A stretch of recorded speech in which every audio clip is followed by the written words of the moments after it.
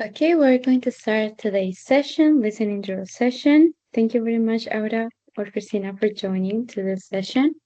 It seems that it's going to be just you and me, so I'm happy. It will be more personal. So feel free, feel comfortable to talk, share your ideas, your opinions. Um, oh, gosh. um, so yeah, I just want to make sure if you are listening well. I have had some internet issues in the morning. So can you hear me well? Yes, teacher, good morning. How are you? And thank you for your class. And I hope to learn so many new things today. Thank you, teacher. Yeah, of course. Thank you very much for joining. I'm doing well. Um, how are you? How was your Holy Week? Great, teacher. Even though I had weaknesses in taking into account my health, but it was great. I had the opportunity to share with my family, with my husband and my son. And yeah, it was incredible. Um, the last Sunday, Mm-hmm. I had the opportunity to attend to a mass, resur- resurrection mass, Mm-hmm. and it was Mm-hmm. incredible. We could celebrate this resurrection with very happiness, and it was great. And we are happy for that success. Oh, that's great. That's actually very cool. Here, uh, people don't celebrate Holy Week that much. In my church, we have like, of course, all these meetings where we like celebrate Jesus' resurrection and everything, but it's not like in Colombia where everyone stopped doing what they are doing and they just focus on that. Yeah, here people they just stop, which is kind of sad. But I'm glad that you went to Hamas and you could well enjoy or kind of like celebrate Holy Week. That's good. Are you Catholic or what is your Yes, teacher, I'm religion? Catholic. Yes, I'm Okay. Catholic. I'm very devout to the Nice. a la Virgencita de los Milagros, Mm-hmm. because she did an incredible work in my life. So Mm-hmm. I admire and respect, and of course, I have teach. No, I have taught to my son Mm-hmm. that he must respect her because she is incredible and have she has helped us in different occasions. So that's important to me. Well, that's great. That's very good. Um, have you ever watched The Chosen, the TV show The Chosen? In fact, teacher, I was looking for something to watch, but when I found this series, I could Mm-hmm. I could see that it has at least 200 chapters. So it was Oh, very late Tula. to start Um, watching. So I decided mm, to wait until the next Holy Week to start mm, since the first chapter and try to connect with this incredible story. But I had the opportunity to watch Noah and mm-hmm. Moses Mm. and this incredible movie about the two papas that is Oh, incredible and yes. it contains Yeah. a message to the world. Mm-hmm. So it's a transition between this change that generates a lot of comments Mm-hmm. when Juan Pablo II died or passed away. Mm-hmm. So that's interesting because he expressed humility, loyalty, and service, of course. Because that's an incredible activity that is um, currently doesn't taken into account because the Mm-hmm. people only think on money and in Mm-hmm. his on their own benefits. So that's Mm-hmm. incredible because I liked the work that Papa Francisco did in the Catholic Church. So that's incredible. And in fact, when he visited Colombia, he did a lot of miracles. Even I can't remember well, but with a woman that he couldn't be pregnant. So Mm-hmm. only when he touched his stomach, he Mm-hmm. could I don't know how to say concebir birth, Yeah, conceived. Yeah, get pregnant. get pregnant. So that's incredible. My mom said that he is the next, I don't know, person that follows the rules in the earth as Mm-hmm. Jesus. But I'm not sure. I think that I'm not expressing well my idea, but yeah, I think this incredible because many people don't believe that the miracles exist. So Mm-hmm. that's great. Yeah, I started watching this TV show, The Chosen, and yeah, it has a lot of chapters, and but I don't watch it constantly, but it's so good, Oda. It's like so good. I have to stop myself because I could easily finish it in one day, and I'm like, no, let's just like watch it like every other day or something. But I definitely recommend The Chosen. It's a really good show. And when you mentioned Mary, I could see because I'm Christian, I could see Mary job in Jesus' journey here on earth, and I was like, wow, it's so powerful. Like you should watch it definitely. I've been watching it and I have loved it.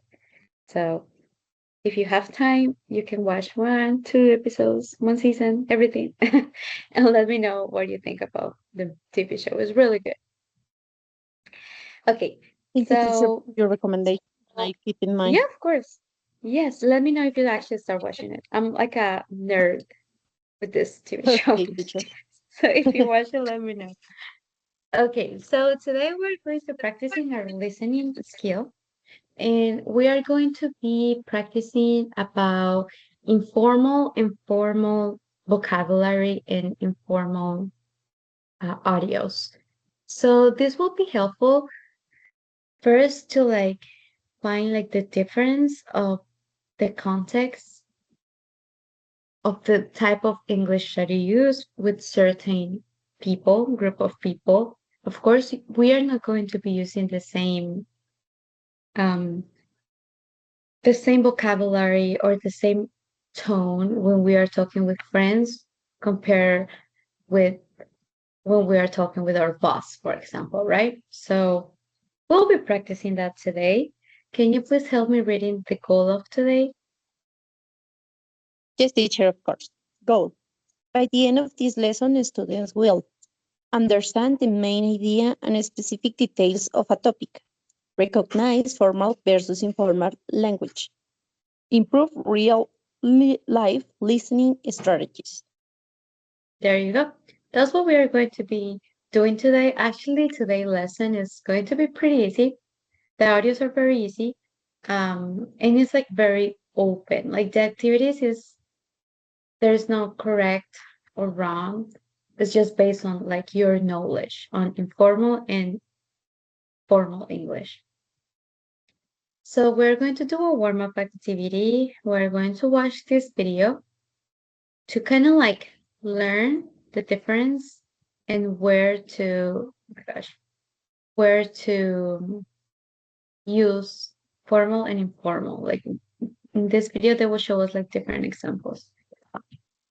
I'm going to put British English, so it can be a little bit tricky, but we will listen a little bit of this audio and then we will answer the questions. Get to Teacher, the but I station. think that I can hear. Deal with Okay, okay. Great, it's great. I can hear. Can you listen? And yeah, I was going to ask you, can you listen to the audio? Yes, teacher. Yes, I can. Okay, perfect. Perfect. Thank you very much. Excuse me, could you tell me how to get to the station? I'm not familiar with the area. Certainly. If you go straight ahead and turn left at the traffic lights, you'll see it. Thank you. Is it very far from here? Not at all. It's only about a 5-minute walk. That's very helpful. Thank you so much. You're most welcome. I hope you have a pleasant journey. Excuse me, mate. Do you know where the station is? I'm lost. Yeah, no probs. Just head straight down there and turn left at the lights. Oh, nice one. Is it far? Nah, only about a 5-minute walk. Ah, brilliant. Cheers. You've saved me loads of time. All good. Safe travels. Formal versus informal English. Let's take a look at it. We're going to look at some short conversations in formal English and in more informal, everyday, casual English. So let's listen to the first conversation. Excuse me, would you mind giving me a bit of help with this report? I'm finding it a bit tricky. Of course. No problem at all. Would you like me to check the figures or the charts? If you wouldn't mind looking at both, that would be a big help. I seem to be making mistakes with the totals. Certainly. Let's go through it together and see what we can do. Ah, thank you. I really do appreciate it. Not at all. I'm glad to help out. So let's look at the formal conversation first and what makes it formal English. Well, first of all, she starts with excuse me. If you want to ask someone something or you are interrupting them, excuse me is a really lovely way to stay polite and formal. And what she's really asking is, can you help me with this report? But that's not what she says. She says, would you mind giving me a bit of help with this report? So much longer. So what you'll notice, particularly in British English, is we like to add a lot more words. We don't like to be very direct in formal settings. Think about it like the more formal and polite, the more words you need to use. Would you mind giving? So you can put any verb there with ing on the end. Would you mind helping me? Would you mind coming over here? Would you mind bringing me a glass of water? It's just a super polite, overly formal way of asking someone something. Would you mind giving me a bit of help with this report? That bit of, again, it just makes it less direct. It just pads it out a bit more and softens the request. Almost like just asking for help is too shocking, is too blunt. But if we say a bit of help, we're making the request seem less big. And then he says, of course, no problem at all. Would you like me to? So you often hear would and could in more formal and polite situations. I would like to order, please. Would you like the salad or the fries? Could you please help me with? Now let's hear this conversation in more informal language. Hey, can you give me a hand with this report? It's doing my head in. Sure, no probs. Want me to check the numbers or the charts? Both if you've got a sec. I keep messing up the totals. All right, let's go through it together. We'll sort it. Cheers. Really appreciate it. You're a lifesaver. Don't mention it. Happy to help. And this question is a lot more direct. Can you give me a hand? We're not saying, would you mind giving me a hand with this report? Informal, we can be a lot more direct. It's doing my head in. So we hear some idiomatic language. If something is doing your head in, it's really aggravating you, it is annoying you, it is frustrating you. Now, don't get confused. I am not saying that you can't use idioms in formal language. I think that's a big misconception with English learners. They think that phrasal verbs and idioms can't be used in formal settings. They can. So this idiom is quite emotional. It's about your I'm so annoyed, I'm so aggravated.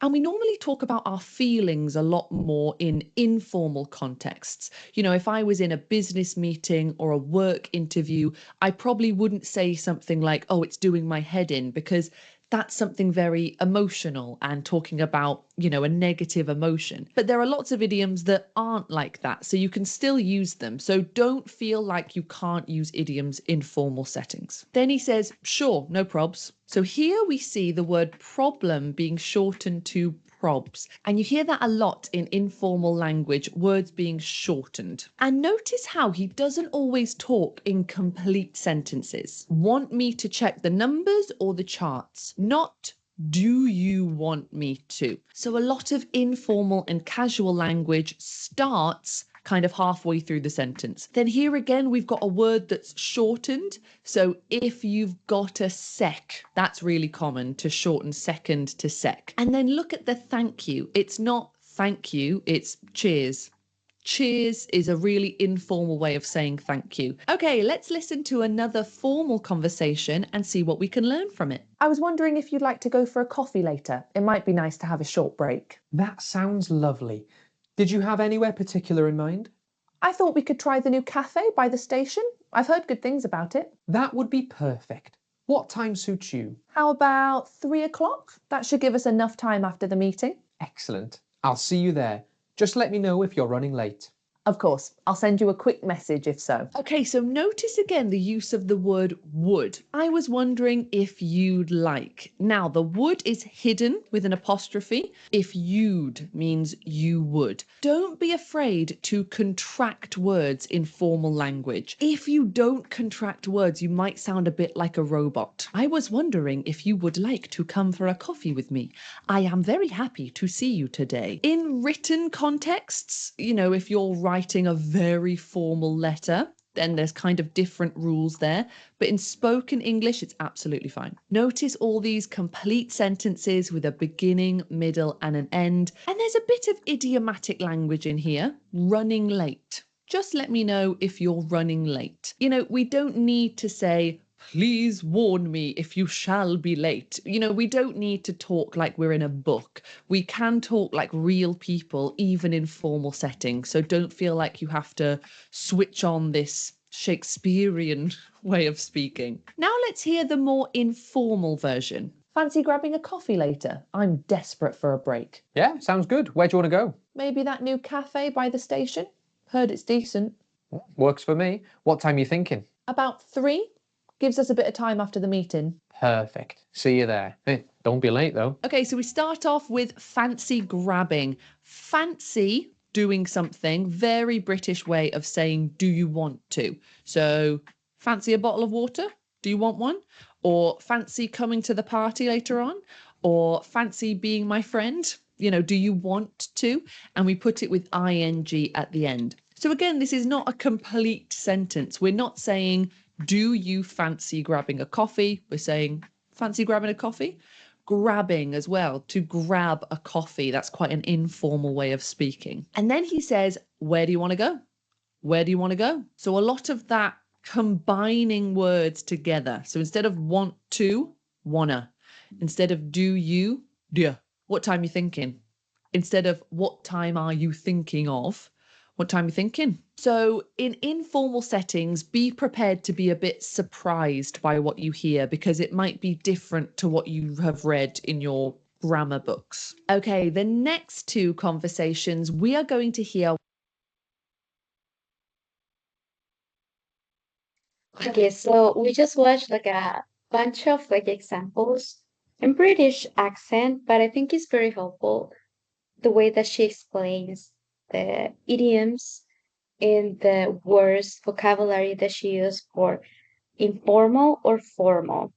For me, this was kind of new. I learned it like 6 months ago. Fancy grabbing a coffee. What she just said. I was like, fancy. I thought that it was something expensive. And I was like, wait, does that mean that we're going to grab like a fancy coffee?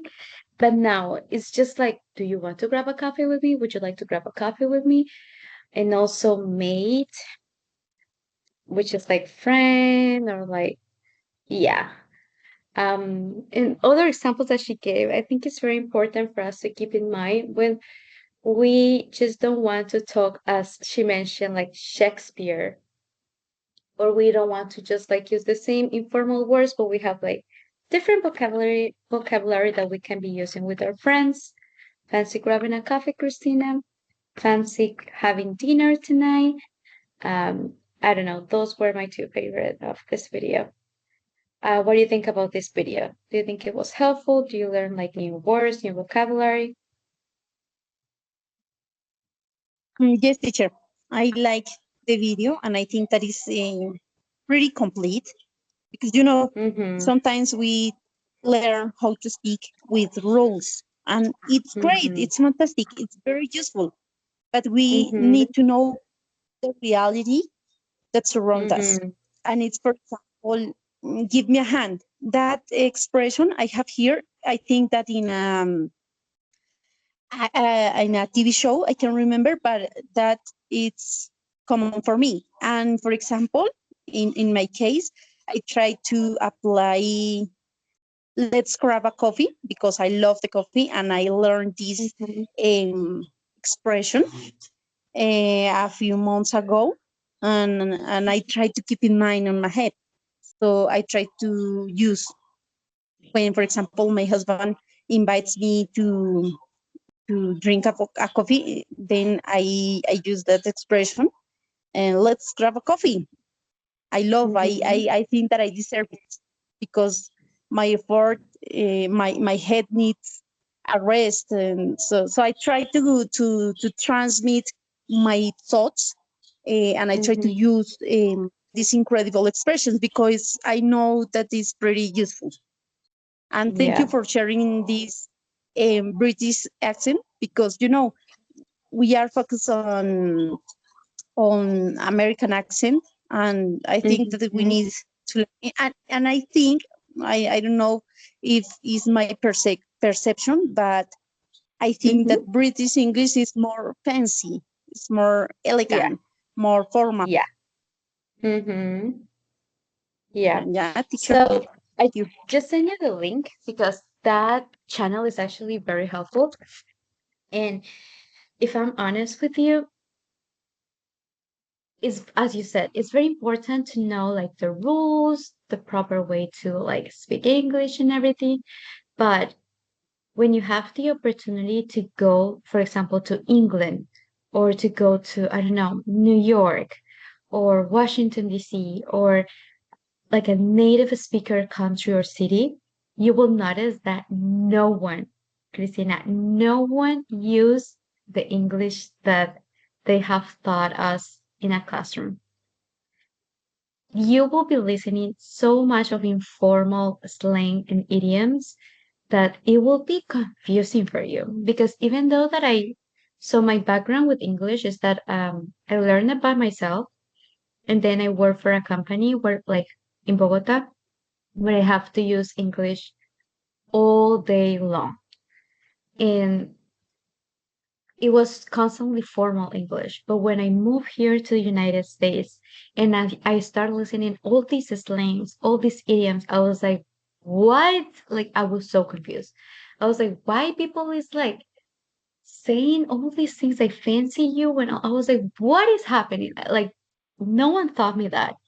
So I think it's very important because you will actually be using more of these slangs when you speak to a native speaker. So check this channel, it's very helpful. Even though that is like British English, you will find another topics that will be helpful for American and British English. Um, so I hope you can check it out. it will be very, very helpful. Yes, teacher, So of yeah. course, I very mind your recommendation, of course. For example, I try to look for information or search for information in YouTube, and I try to sign in these channels because, sometimes appear different videos or material that you can use to improve. And I'm trying to do that. I'm trying to improve on myself because, here in this university, we have a lot of tools to practice, but sometimes you feel overwhelmed because you feel that you don't increase in your vocabulary or your phrases or something related with the language. So it's pretty difficult because you can hear your partners, some partners, of course, that they have incredible level in English, and you feel, oh my God, I have been learning for, I don't know, maybe 5 or 6 years learning English, and your advance is a little bit small. So that's frustrating sometimes, but I try Yeah. to do my best. That's a You have reality. a very, but you have a really good English, Christina. You have a really good one. And the issue is that we always compare ourselves so much. But Yes, maybe cheers. Yes, you're it's right. that's always the issue with everything. Because your English is very good, but you can compare, well, I don't know what is your background with English, but you can compare your journey that, I don't know, for example, you just started learning English constantly the last year, comparing to a person that went to a bilingual school her entire life. She went to like different countries and everything. It's just different. Every person is different and every learning process is different. And also every person has different strengths and weakness. So try to not compare yourself. You're doing your best, and that's what is the most important. And trust me, you have a really good English. I have taught these sessions for I think it's now 2 to 3 years. And let me tell you that you have a really good English. So don't worry about it. Thank you, teacher. But sometimes I think that I need more English because, the companies require that you have a good level. For example, if in my case, I want to apply for call center, yeah? But, I don't have enough slangs. I don't have enough vocabulary words. Sometimes these words disappear when I try to communicate an idea. So that's frustrating to me. And my husband, he's always saying me, okay, you can do it. Telling me, you can do it. Trying one more time that you can achieve your goals. But sometimes it's pretty difficult for me, and I feel that I can apply for this because I need more level. In fact, teacher, currently I have B2, B1 level, and I am in for B2 level. But sometimes I think that I can do it. I don't know. It's a strange, a weird situation, but it happens to me. Well, if you want to like get into a call center, you definitely have the English to get into a call center. Because I used to work in a call center, not as an agent, but I was the one training the people, the new workers that start working in the call center. And you have the English, Christina. You definitely have it. I taught a lot of like new employees. I was training them with the company rules and everything, how to manage a customer and everything, and you definitely have it. So if you're waiting, don't wait anymore. Just go for it because you have the English, definitely. Are you sure, teacher? Yes, yes. O sea, yo sé que este no es de la clase, pero yo trabajé para un call center 2 años y yo era la que los entrenaba. Y créeme, o sea, hay personas que tienen un nivel un poquito más básico y aún así entran y como que se lanzan y van aprendiendo. Van aprendiendo porque en los call centers son casi 8 o 9 horas tú hablando inglés a la lata. Entonces sí o sí aprendes, sí o sí mejoras. Entonces, eh, no lidié, pero trabajé con muchas personas que tenían un nivel de inglés más bajo que el tuyo. Entonces, definitivamente sí. Si estás esperando, no esperes más. Mejor dicho, ya hoy en la noche me mandas pantallazo, ya apliqué. Y me vas contando cómo te va. Pero si yo era la que Gracias los por la... entrenaba y sí, o sea, no esperes más. Pero Ok. imagínate que Ujú. hablamos mucho con Jason Bermúdez y él me cuenta que él aplicó y él no pasó y él tiene un nivel casi C1. Entonces, pues eso me desmotivó. Lo que pasa es que esas empresas tienen muchas campañas. Entonces depende de la campaña en la que, entre comillas, tú estés aplicando. Entonces, yo te aconsejo que no solo apliques a un call center, sino a muchos, porque muchos tienen diferentes campañas. La campaña en la que yo trabajaba era una campaña de vender electrodomésticos. Entonces, se necesitaba obviamente el vocabulario de, por ejemplo, dishwasher, dryer, washing machine, fridge. No era un vocabulario tan estricto, pero obviamente hay campañas donde se necesitan un inglés más avanzado, por ejemplo, las EPS acá de hospitales, sí, donde la información es más delicada, entonces sí o sí te exigen un nivel de inglés más estricto, pero no, o sea, hay campañas donde, por ejemplo, Disney, tenía una amiga que trabajaba en Disney y yo, ¡ay, qué envidia! Porque es algo muy normal, es hablar bueno, suscripciones y todo, pero también, o sea, es un vocabulario más común. Entonces, mi consejo es, y si le puedes decir a él también, em, apliquen a varios call centers. Yo hice así, a mí con mi inglés me rechazaron también de ciertas porque supuestamente no tenía el inglés que ellos necesitaban para esa campaña, pero no significa que tú seas malo, sino que requieren otro tipo de inglés para diferentes campañas dentro del call center. Ujú. Y una última preguntita, ¿en dónde encuentra uno esas campañas o, bueno, Yo te aconsejo que mires verdad? en Instagram, empieces a mirar, porque así fue como yo encontré mi trabajo, por Facebook, diferentes, no campañas, sino empresas, por ejemplo, Teleperformance, creo que está Conecta, y cuando tú te conectas con ellos, entonces pregúntale directamente al asesor que te empieza a entrevistar. Ok, si no estoy para esta, puedo aplicar otra campaña. ¿Qué otras campañas ustedes ofrecen? Porque esas empresas tienen muchas campañas. Entonces ya depende de lo que ellos tengan disponible. Pero mira en Instagram, mira en teletrabajo, pero usualmente ellos postean, los call centers postean posiciones en Instagram o en Facebook. Ah, okay, teacher. I'll bear in mind. Mhm. Thank you for the Yeah, of course. information. Yeah, of course, of course. Okay, can you please help me reading ¿dónde está? This listening strategy? Okay, teacher. Listening strategy.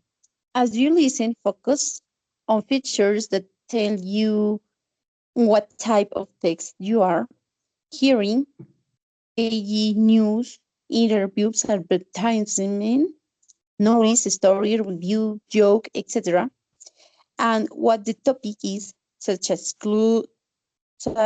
clues include register formal or informal subject vocabulary or the speaker's tone of voice. There you go. So that's what we're going to be doing the next a few minutes. We are going to listen to this audio and then you are going to identify if it is an interview, if it is a story. So I'll play the audio twice so you try to like answer and write the answers in the chat, okay? Okay, teacher. 1. Hey, I forgot to tell you. Joe and Anna are moving to Paris. Really? Isn't that a bit sudden? How did that happen? His company offered him a job out there. They're going for at least a couple of years. 2. The girl said to the boy, "You would be a good dancer except for two things." And the boy asked, "What two things?" And the girl answered, "Your feet." 3. And then the wicked witch cast a spell over the princess, which put her to sleep for 100 years. She lay in a glass casket with roses growing round her, and people named her Sleeping Beauty. 4. I'd like you to tell me a little about your current job, Miss Harker. Certainly. For the past 2 years, I've been employed as a designer for a clothing company in London called Inspirational. 5. The one good thing about this film is where it's set. The back streets of Rome provide a dark, atmospheric backdrop to the action. It's unfortunate that the action itself is rather far-fetched at times. 6. You rang, my lord. I did, Milton. Has there been any message from Lady Honoria today? I'm afraid not, my lord. Are you sure, Milton? Quite sure, my lord. Were you expecting something? It's of no importance, Milton. You may go back to your duties. Very good, my lord.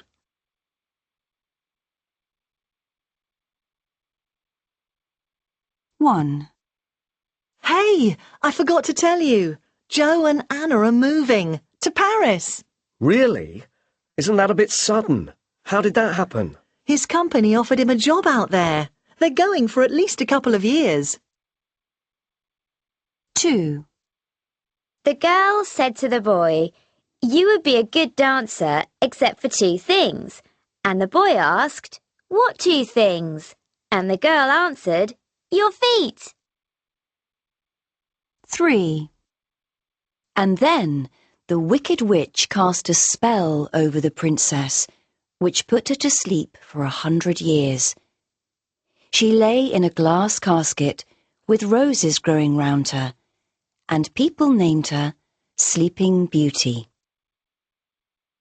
4. I'd like you to tell me a little about your current job, Miss Harker. Certainly. For the past 2 years, I've been employed as a designer for a clothing company in London called Inspirational. 5. The one good thing about this film is where it's set. The back streets of Rome provide a dark, atmospheric backdrop to the action. It's unfortunate that the action itself is rather far-fetched at times. 6. You rang, my lord. I did, Milton. Has there been any message from Lady Honoria today? I'm afraid not, my lord. Are you sure, Milton? Quite sure, my lord. Were you expecting something? It's of no importance, Milton. You may go back to your duties. Very good, my lord.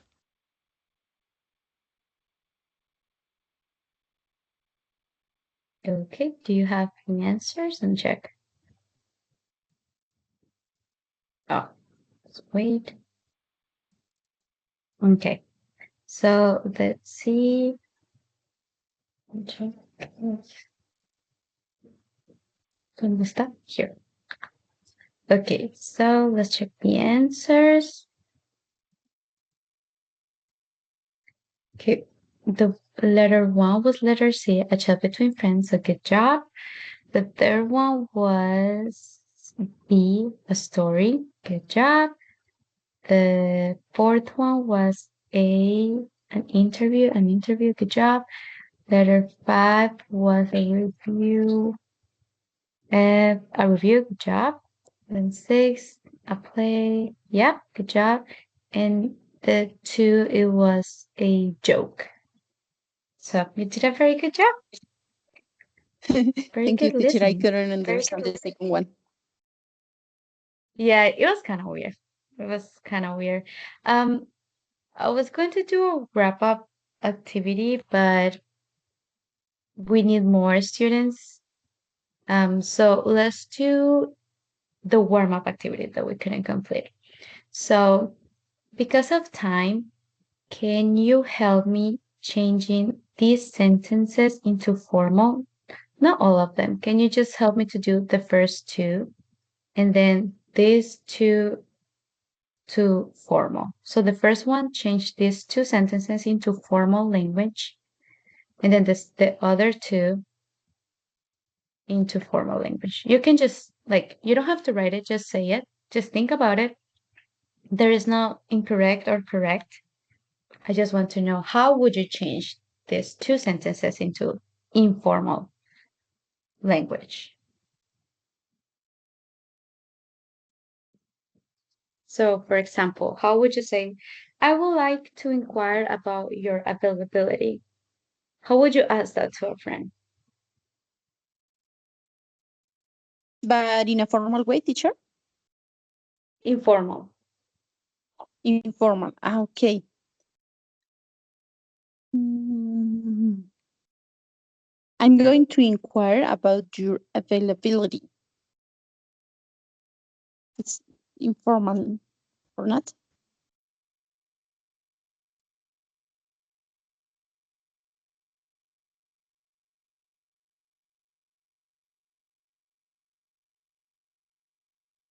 Teacher, are you there? Yeah. And the second one, maybe for the inconvenience. I apologize for the inconvenience. Can you repeat the first one? I I didn't hear what you said in the first one. okay. I'm gonna complain about your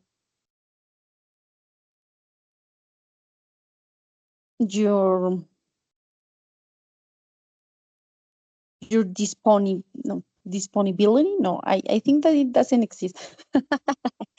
Sí. Your Inquire es your como lack of preguntar. service. Ajá, pero no es Okay. como, ujú, es como preguntar. Entonces, si quieres, te yo con esta primero, como para que sepas de qué se trata la Please, actividad. Por teacher. ejemplo, I would like to inquire about your availability. So the informal will be, when are you free? Ya. When would you be free? Okay. Mm-hmm. Okay. Sí. I'm sorry. So you The can help second me one. with the other one. Mm-hmm. I'm sorry. For example, I'm sorry. That is No, pretty it's okay. informal. No worries. No worries. But Okay. the second one, teacher. I apologize for the inconvenience. Yo So, pensé I'm que so me estabas sorry. pidiendo perdón porque no habías entendido. Pero sí, I'm sorry. Sí, I'm sorry. I'm sorry. Okay. Yeah, that's The third one. good. That's very good. And then, for example, can you help me with this one? I'm unable to attend to the meeting. How would you say it in informal?